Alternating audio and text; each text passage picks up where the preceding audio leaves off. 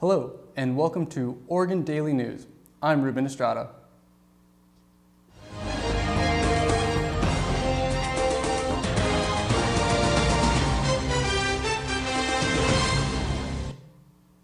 In Oregon-wide news, taxpayers could be receiving $748 million in payouts from the state next year in kicker refunds.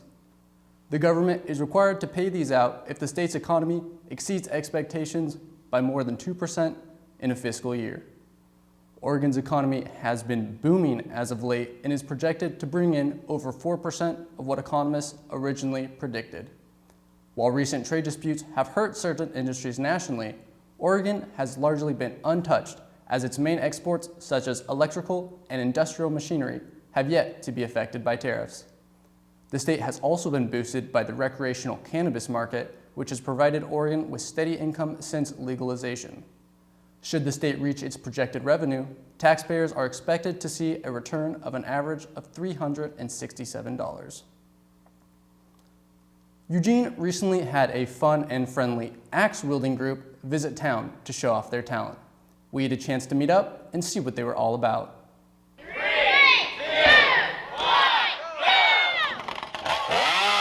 You've heard of lumberjacks, but you may not know who the Lumberjills are. The all-female group made its Oregon debut at the 46th annual KEZI Eugene Boat and Sportsman Show.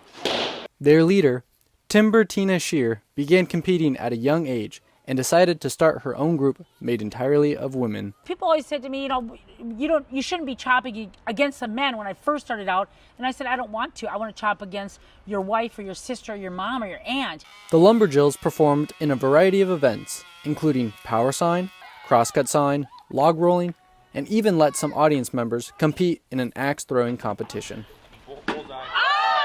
Lumberjill Julie Janke is the daughter of Charlotte Hansen, a world champion log roller from the 1950s who competed with her sister. Julie has helped keep the family tradition alive, competing with her sister, Jenny. They introduced us to log rolling probably in the 70s, and we started about that age when we were like 5 or 6 years old. The demonstration was a fun way for the Lumberjills to show off their skills to a new audience. Once rare, Tina says events like these are more popular than ever. When I started out, there was no women's chopping and sawing, and now just about every weekend in North America, if there's a lumberjack contest, the girls are chopping and sawing too. And that's been really, really cool for me to see the growth throughout my lifetime. Reporting for Oregon News, I'm Ruben Estrada. The Lumberjills are embarking on a tour that takes them throughout Oregon and into California over the next 2 months.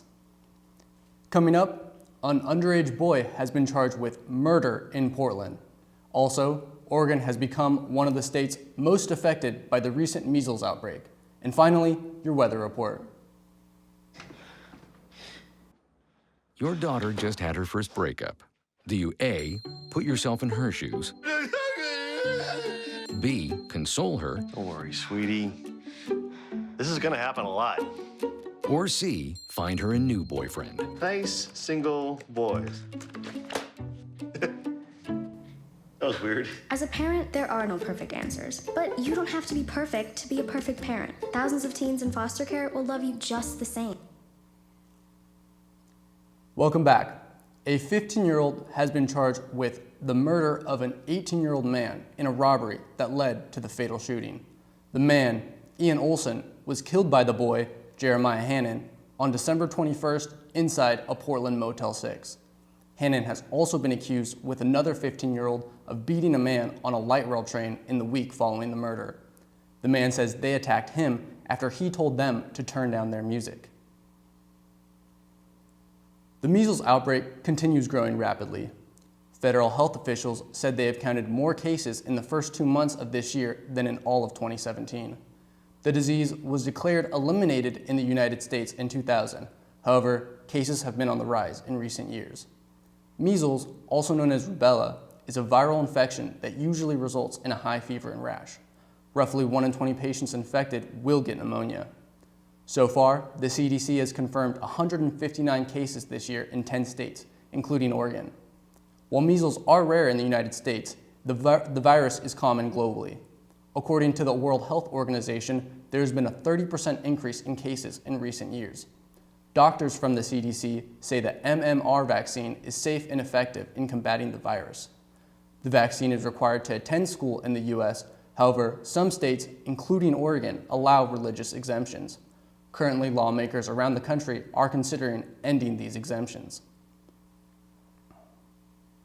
In Eugene, the snow is not going anywhere just yet.